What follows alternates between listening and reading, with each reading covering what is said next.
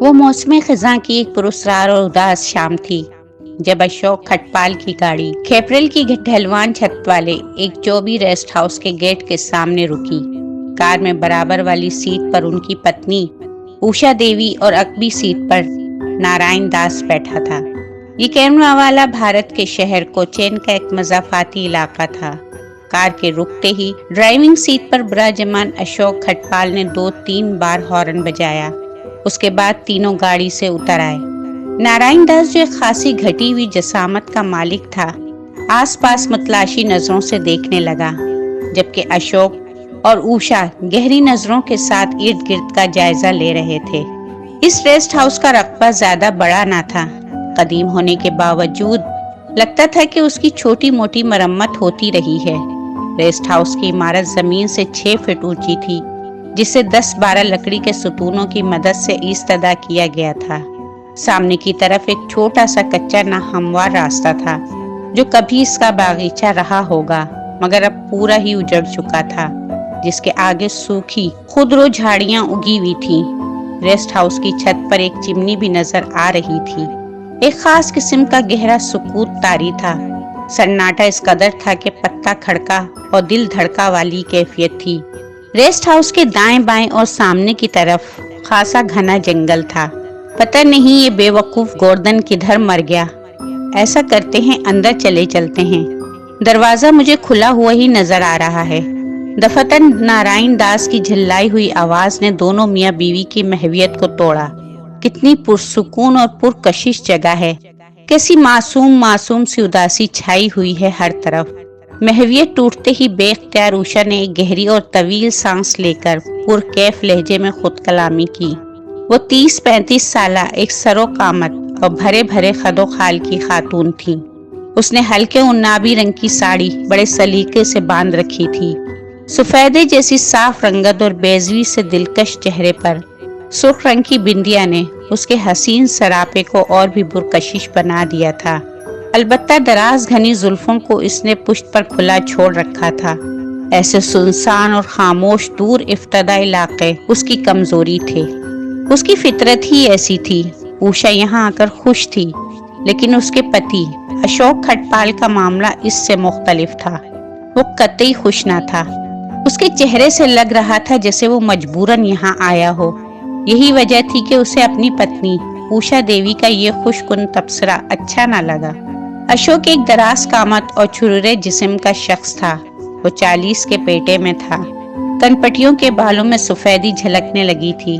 اس کے چہرے پہ ہر وقت ایک عجیب سی کرختگی نمایاں رہتی تھی۔ شاید یہ اس کے پروفیشن کا حصہ تھی۔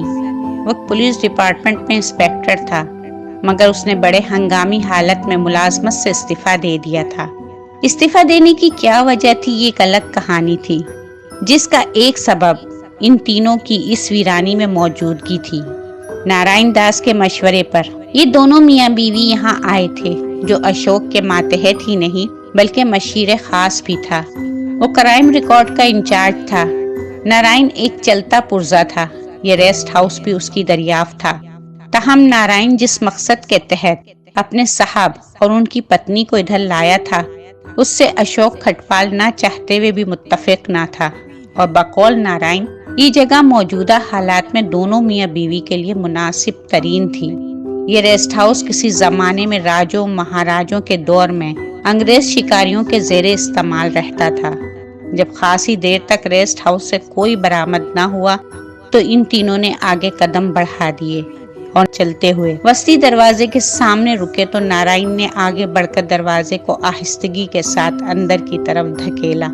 ہلکی سی سوگوار چرچراہٹ کے ساتھ دروازہ اندر کی طرف کھلتا چلا گیا اور وہ تینوں اپنے اپنے دلوں میں مختلف تاثرات لیے اندر داخل ہوئے تو اچانک نارائن داس نے ایک طویل اور پرسکون سانس بھرتے ہوئے کہا، شکر ہے گوردن نے اپنا کام نپٹا رکھا ہے۔ نارائن کا کہنا درست تھا، کیونکہ اندر وہ جس کمرے میں کھڑے تھے وہ کافی صاف ستھرا نظر آ رہا تھا۔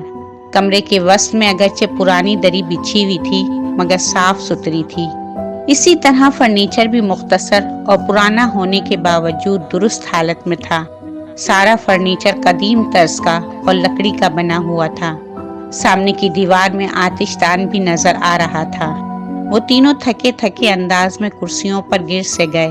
ان تینوں میں سے صرف اوشا کے چہرے پر اشتیاق جھلک رہا تھا، جبکہ اس کا شوہر اشوک بیزار اور خاصا مضطرب نظر آ رہا تھا۔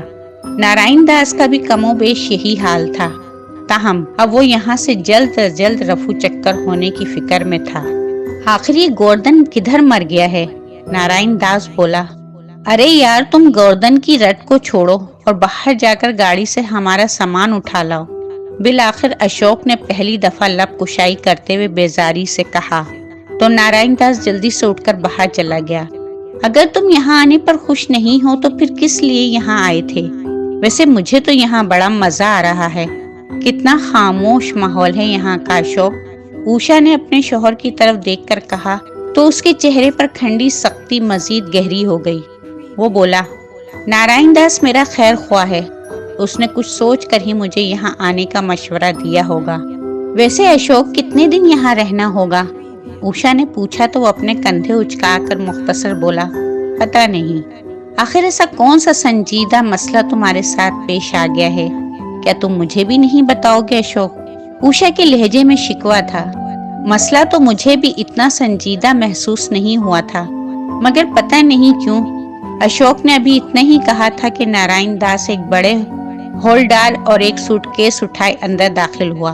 پھر وہ سارا سامان ایک کونے میں رکھتے ہوئے تھکے تھکے سے لہجے میں بولا، میرا خیال ہے گوردن یہیں کہیں ہوگا، آپ کو بالکل چنتا کرنے کی ضرورت نہیں۔ اس ریسٹ ہاؤس میں صرف 2 ہی کمرے ہیں، آئیے وہ میں آپ کو دکھا دوں۔ پھر وہ ان کے کچھ کہنے کا انتظار کیے بغیر ایک طرف بڑھ گیا۔ وہ اشوک کا لاڈلا اور سر چڑھا ماتحت تھا۔ وہ 1.5 گھنٹے کی طویل مسافت اور نان اسٹاپ سفر کی تھکان کا بھی خیال نہیں کر رہا تھا۔ شاید اس کو فوراً ہی یہاں سے لوٹ جانا تھا۔ اشوک اور اوشا اپنی جگہ سے اٹھے اور اس کے پیچھے پیچھے چلتے ہوئے دوسرے کمرے میں آئے۔ یہ بھی صاف ستھرا بیڈ روم کی طرز کا کمرہ تھا، جہاں صرف ایک ہی تختے والا پلنگ پڑا تھا اور ایک بغیر ہتھے کی کرسی رکھی تھی۔ ایک دریچہ اور روشن دان بھی تھا۔ دوسرے کمرے کا ایک دروازہ اس کمرے میں کھلتا تھا، جو اوشا کے خیال میں غلط جگہ پر تھا۔ سر، اس علاقے کا موسم بدلتے دیر نہیں لگتی۔ دوبارہ ہال کمرے میں آ کر نارائن داس نے بالآخر اجازت لینے کے انداز میں اشوک سے کہنا شروع کیا، یہ ساحلی علاقہ ہے، یہاں بارشیں اکثر ہوتی رہتی ہیں۔ گوردن آپ کی ہر ضرورت کا خیال رکھے گا۔ یہاں سے چند فرلانگ دور ایک قصبہ ہے، وہاں ضرورت کی ہر شے ملتی ہے۔ آپ بے فکر ہو کر ادھر رہیں، باقی حالات سے میں آپ کو آگاہ کرتا رہوں گا۔ اس نے اپنی بات ختم کی تو اشوک تشکر امیز انداز میں نارائن سے بولا، نارائن تمہارا بہت بہت شکریہ، باقی کے حالات سنبھالنا اب تمہارے ذمے ہے۔ ویسے تم نے میری بیماری سے متعلق سارے کاغذات اور درخواستیں تو سنبھال لی ہیں نا؟ جی سر، وہ میرے پاس محفوظ ہیں، شکر کریں کہ آپ کا استعفیٰ منظور ہو گیا، ورنہ… ارے تم کون سی بیماری کا تذکرہ کر رہے ہو؟ بھگوان نہ کرے تمہیں کوئی بیماری ہو۔ دفتن اوشا نے پریشان ہو کر اشوک سے کہا تو وہ بیزاری سے بولا، اوہ اوشا، خاموش رہو، تم نہیں سمجھو گی۔ پھر وہ نارائن سے بولا، اچھا ٹھیک ہے، تم جاؤ۔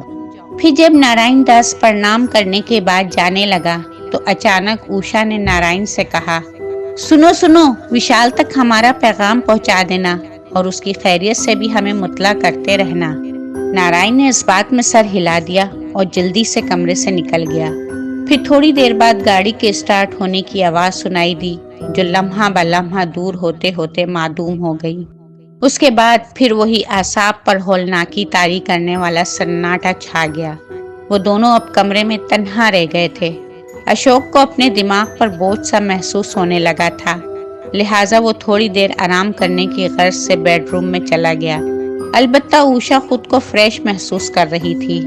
اس نے تھوڑا بہت ضرورت کا سامان نکال کر کمرے کے وسط میں بچھی خاصی چوڑی میز پر پھیلا دیا۔ اس کے بعد بستر وغیرہ نکال کر بیڈ روم میں آ گئی۔ اس نے پلنگ پر بستر لگا دیا اور اشوک کو کپڑے تبدیل کرنے کا کہہ کر خود باورچی خانے میں آ گئی۔ اس کا خیال تھا کہ کچن کافی گندا ہوگا اور اسے خود ہی اس کی صفائی کرنی پڑے گی۔ مگر یہ دیکھ کر وہ حیران رہ گئی کہ کچن بالکل صاف ستھرا تھا، حتیٰ کہ سنک میں بھی ٹوٹی کھولنے سے پانی آ رہا تھا۔ گیس کا چولہا بھی درست حالت میں کام کر رہا تھا۔ وہ سمجھ گئی کہ یہاں کے نگراں گوردن نامی شخص نے ان کے آنے سے پہلے ہی ہر چیز ریڈی کر دی تھی، مگر وہ خود کہاں تھا۔ پہلی بار اوشا کے دل میں تجسس پیدا ہوا۔